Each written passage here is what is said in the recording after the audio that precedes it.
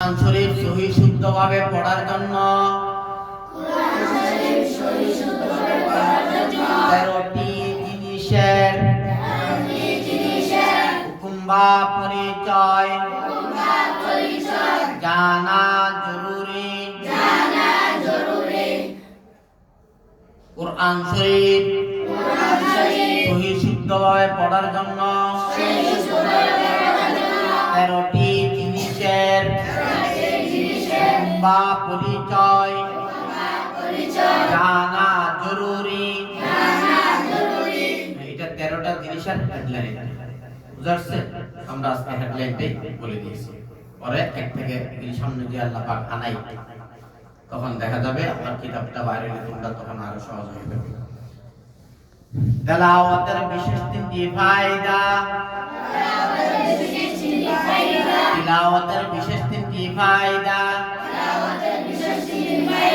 Number 1, দিলের ময়লা পরিষ্কার হয়। 3বার বলেন।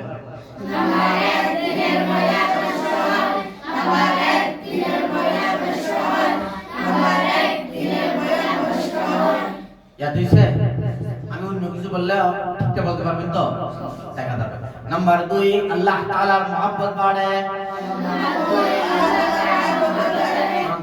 কার মহব্বত বাড়ে? 3বার। নাম্বার 2, আল্লাহ তাআলার মহব্বত বাড়ে।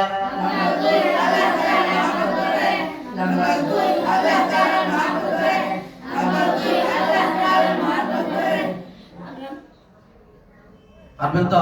দুইটা ইয়াদ দিছে? তাহলে আমি জিজ্ঞেস করি তোমরা পারো কিনা দেখি। তেলাওয়াতের বিশেষ 7টি ফায়দা।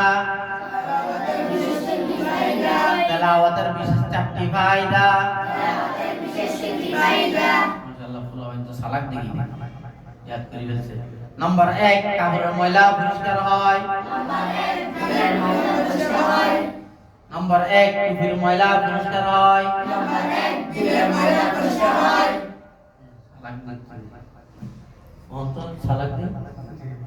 নাম্বার 2, দাদা দাদির মহব্বত বাড়ে। ঠিক আছে। নাম্বার 2, নানা নানির মহব্বত বাড়ে।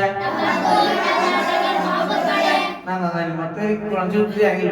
আলহামদুলিল্লাহি রাব্বিল আলামিন আর-রাহমানির রহিম মালিকি ইয়াউমিদ্দিন।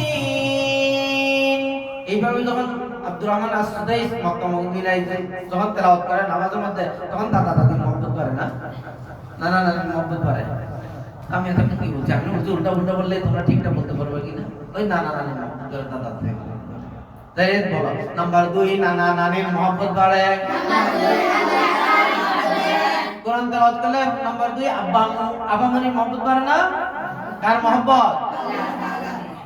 আরে মোবাইলে কথা বললে খুব মনোযোগ দিয়ে কার সাথে মহব্বতের সাথে, আম্মুর সাথে, আব্বুর সাথে বা আব্বা আম্মুর সাথে যার সাথে কথা বলি খুব জ্ঞানে মনোযোগ দিয়ে বলি না? বলি কি না? খেয়াল রাখি। তাহলে দুইটা ইয়াদ দিছে। নাম্বার 3, প্রত্যেক হরফে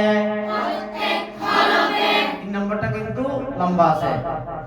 10টি করিয়া নেকি পাওয়া যায়। বুঝিয়া পড়িলে না বুঝিয়া পড়িলে এই নেকি পাওয়া যায়। যদি কেউ বলে যে না বুঝিয়া পড়িলে কোনো লাভ নেই, সেই ব্যক্তির মতো অজ্ঞ মূর্খ জাহেল বুদ্ধি আর নেই। পারবেন তো? পারবেন তো? দুইটাই আদি আছে। 3 নম্বরটা একটু লম্বা, এটা হয় না?